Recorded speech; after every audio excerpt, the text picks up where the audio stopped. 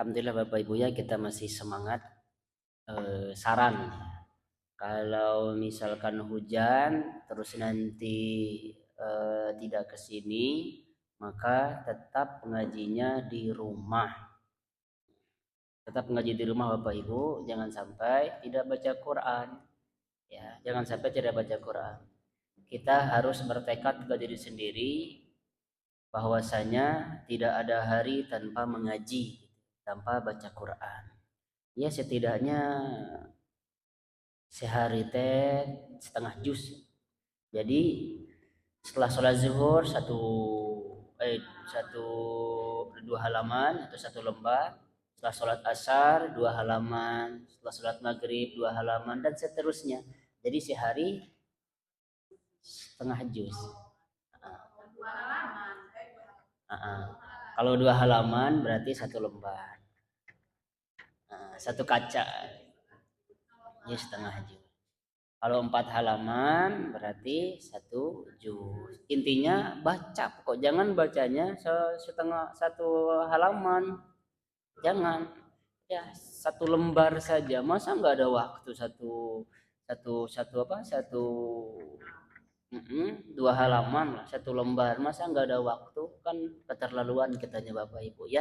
Walaupun ada halangan misal ya hujan atau apa seperti tadi, tetap ngajinya di rumah.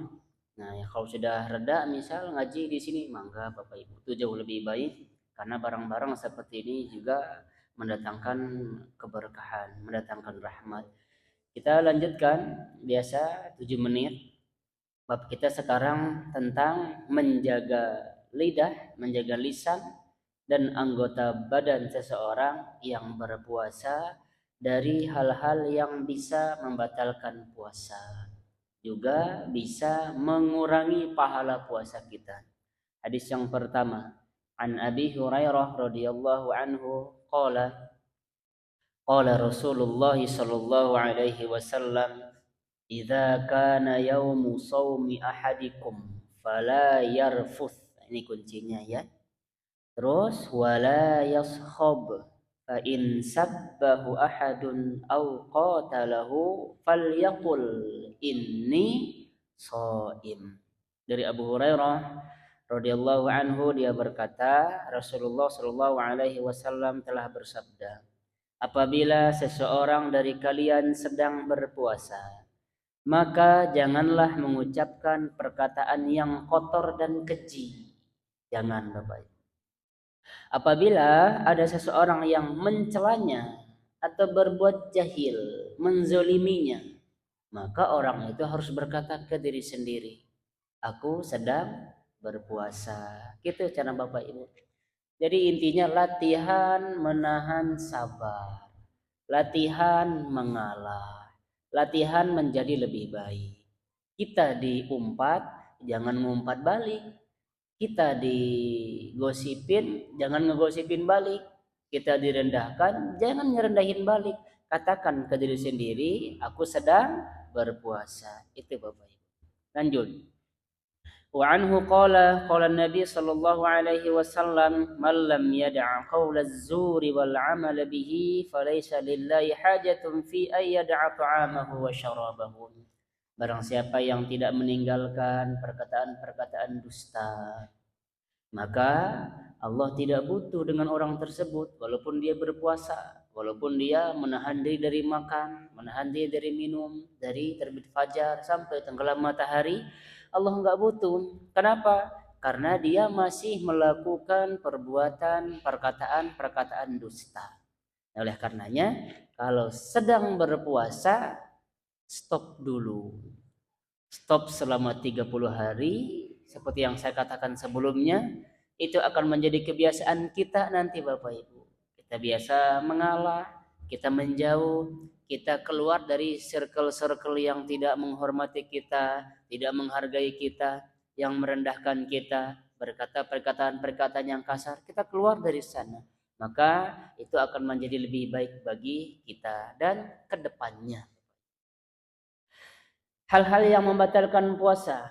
Di sini ya, maksudnya seseorang yang sedang berpuasa wajib menghindari perbuatan-perbuatan yang sekiranya itu bisa membatalkan puasa, atau bahkan itu bisa mengurangi pahala puasa.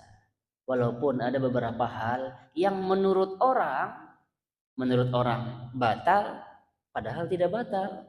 Seperti kemarin saja. Ada juga kemarin yang di atas bertanya, kemarin saya muntah, jadi dia makan. Muntah tidak membatalkan puasa, tidak. Yang membatalkan puasa itu makan. Kecuali kata para ulama dia sengaja dimasukin tuh telunjuknya ke sini sambil muntah, dia sengaja biar muntah, nah itu tidak diperkenankan. Lalu kemudian kumur-kumur dikira batal, tidak Bapak. Tidak, kecuali memang kalau kita minum ya batal jadinya. Ada orang yang baru bangun terus dia makan. Baru bangun dia makan. Ada orang yang mengatakan, kamu nggak puasa? Oh iya ya. Akhirnya dilanjutin makannya. Itu salah. Padahal kalau lupa nggak apa-apa. Ataupun ibu misalkan bangun tadi pagi, kayak kami nih tadi pagi kesiangan ya. Saya kasih contoh, andai bapak ibu misalkan bangun nggak ada suara mic, ibu kira itu sahur misalnya. Ibu misalkan nggak buka jendela, nggak lihat jam, padahal itu teh sudah setengah 6 atau jam 5. Ibu minum, makan sahur, ibu makan misal. Kan ibu nggak tahu. Tiba-tiba anak ibu buka jendela, ternyata sudah kelihatan tuh matahari. Astagfirullahaladzim. Itu tidak membatalkan puasa. Karena ibu tidak tahu. Kecuali memang sengaja. Nah, sengaja nggak lihat jam, biarin aja. Sengaja nggak buka jendela, misal batal puasa bapak ibu itu mah sengaja. Nah, hal-hal seperti ini yang tadinya tidak membatalkan puasa dan karena sengaja akhirnya batal puasanya. Paham ya? Nah, terakhir bapak ibu, perkara-perkara yang diharamkan kita jauhi. Kita jauhi bapak ibu ya. Makan di siang bolong jauhi, minum jauhi, suntik supaya kuat, supaya bisa nahan lapar, jauhi bapak ibu. Kita jauhi. Mencuri jauhi, apalagi berzina jauhi. Dekati zina jauhi. Untuk anak-anak muda ini terkadang rentan bapak ibu.